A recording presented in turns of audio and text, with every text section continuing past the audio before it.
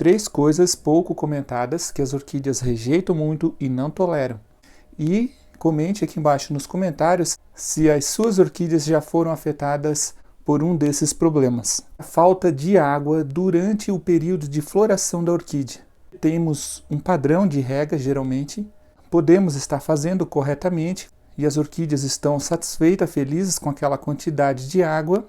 Mas quando chega a floração da orquídea, quando começa a emitir botões e flores, e durante todo o período da floração, a orquídea começa a demandar maior volume de água. Se mantermos o mesmo padrão que estávamos mantendo antes da floração, muito provavelmente vai faltar para a orquídea durante o período de floração, que requer uma frequência maior de rega. Muitas pessoas aqui no canal perguntam por que a folha da orquídea murcha, por que ela amarela. Existem várias situações. Nesse período é comum isso acontecer quando falta água para ela. Aí começa a puxar das reservas que tem, enrugando bulbos, e no caso de Phalaenopsis, por exemplo, começa a puxar das folhas, onde as folhas mais antigas começam a sofrer as primeiras consequências. E nesse momento, muitas pessoas não sabem o que está acontecendo e pode ser exatamente isso. Preste atenção no substrato, veja se não está faltando, principalmente se o clima mudou, ficou mais seco, aí as coisas podem ficar mais graves, mais sérias ainda. E se não observar a tempo, a orquídea pode sofrer um estresse tão grande que botões, por exemplo, que deveriam desabrochar, acabam não desabrochando, as folhas enrugam, murcham, ficam desidratadas, e folhas mais antigas começam a amarelar e depois podem cair. Então é importante detectarmos isso. É claro que o excesso de água também não podemos proporcionar, porque elas rejeitam isso também. Então essa é uma. A segunda é fazer a rega com a água fria demais ou quente demais. A orquídea não suporta isso e é muito fácil de acontecer. E eu vou explicar por quê. Rega suas orquídeas num determinado horário.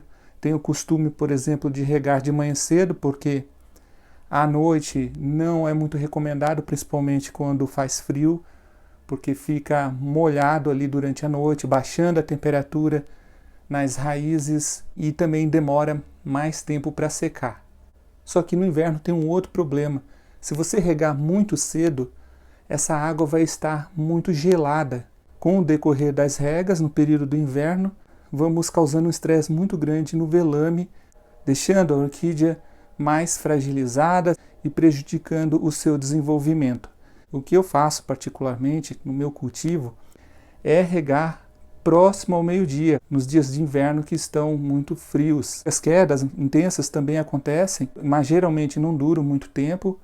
Fico de olho no clima, na meteorologia do tempo, e vou me programando para não precisar regar naquele dia que vai baixar muito a temperatura, que aqui às vezes acontece até chegar a 0 grau, ou abaixo disso também. E aí depois, quando se eleva um pouco, aí você pode usar dessa tática de regar mais próximo do meio-dia nesses dias mais frios.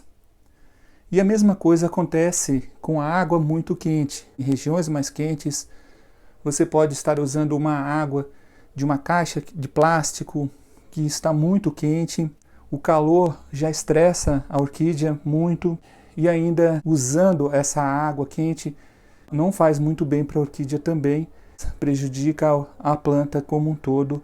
Então, nesse caso, já é diferente, talvez a rega fosse mais interessante para o final da tarde, onde começa a refrescar.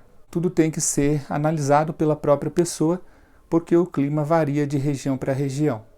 E o terceiro e último problema, sabemos que faz mal e muitas pessoas não têm uma noção muito clara disso, que é a exposição da orquídea ao vento, onde bate muito vento o tempo todo. Faz secar mais rápido o substrato, exigindo uma maior frequência de rega e também uma maior umidade no ambiente. O vento desequilibra essas condições de umidade e acaba causando desidratação na orquídea. Assim como esse sacolejo o tempo todo, por mais firme que a orquídea fique presa a um tutor, também não gosta de ter ali suas folhas o tempo todo mexendo e de alguma forma acaba sempre atingindo as raízes também, por mais que fixemos a planta no vaso. Em períodos de muito vento, se não tiver a opção de levar a orquídea para um outro lugar, é importante criar uma barreira para evitar esse vento constante sobre o vegetal. Se você gostou do vídeo e não quer perder os próximos vídeos que eu publico semanalmente aqui no canal, clique no joinha aqui embaixo do vídeo e se inscreva.